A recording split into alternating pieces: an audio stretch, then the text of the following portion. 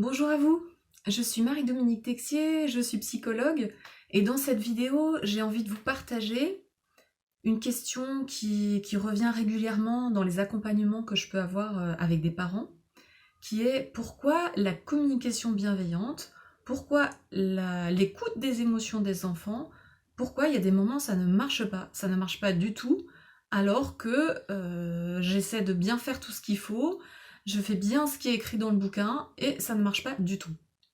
Alors il y a sans doute plein de raisons à ça et dans cette vidéo je vais vous en donner une. Voilà. Cette réponse-là, elle me vient de mon expérience de maman, parce que moi j'ai des enfants maintenant qui sont ados, et donc depuis le début, depuis qu'ils sont petits, pour moi ça a été une aspiration très forte de trouver un moyen de communiquer qui serait vraiment à la hauteur de mes aspirations profondes. Voilà, de vivre de la bienveillance dans les relations, du respect, de l'écoute.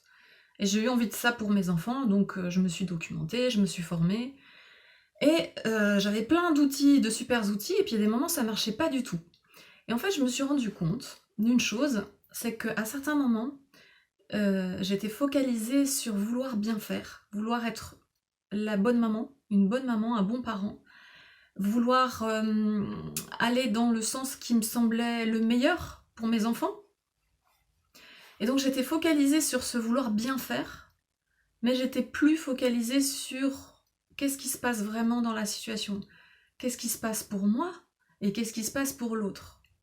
Et je me suis rendu compte que ces outils-là, ils sont vraiment super. Moi, j'ai vraiment envie de faire la promotion de la communication non violente, de la communication bienveillante, de l'écoute des émotions des enfants.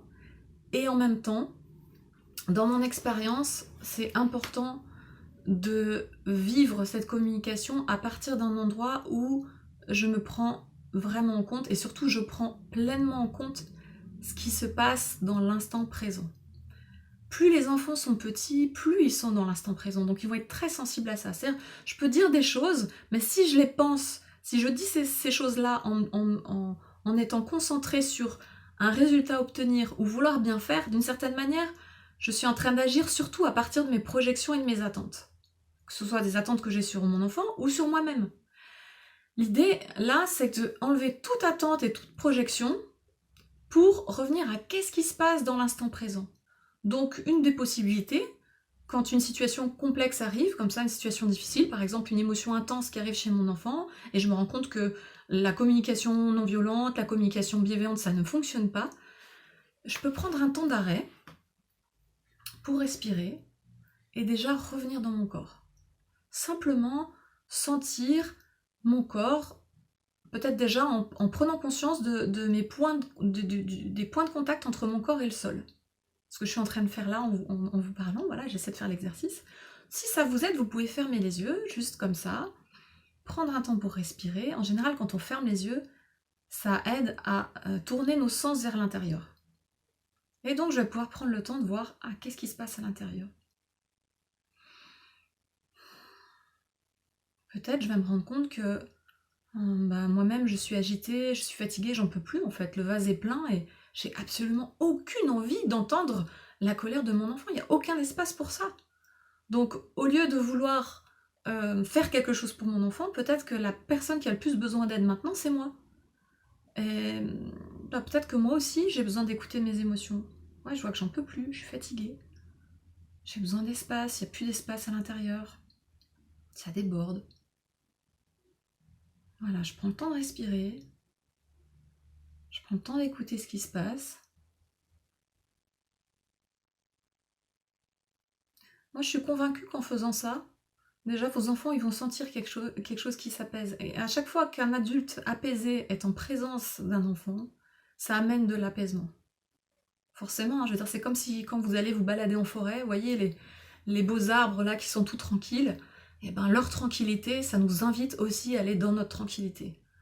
Donc quand il y a une émotion intense qui arrive, peut-être une des premières choses à faire, quand une émotion intense arrive chez mon enfant, une des premières choses à faire, c'est « Et moi, comment je me sens en fait ?» Voilà, peut-être je vais retrouver mes appuis, retrouver ma respiration.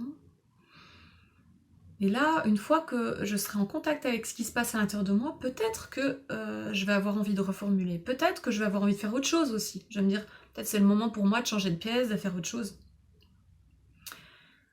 Donc, la solution qui va émerger, c'est peut-être pas celle que vous aviez prévue dans votre tête, mais c'est peut-être celle qui sera la plus ajustée sur le moment. Voilà, j'espère que cette vidéo vous aura donné envie d'expérimenter. Si vous avez envie de partager vos expériences, faire des commentaires, poser des questions, faites-les dans les commentaires, vous serez bienvenus. Et je vous souhaite un très bon cheminement dans votre vie de parent. À bientôt!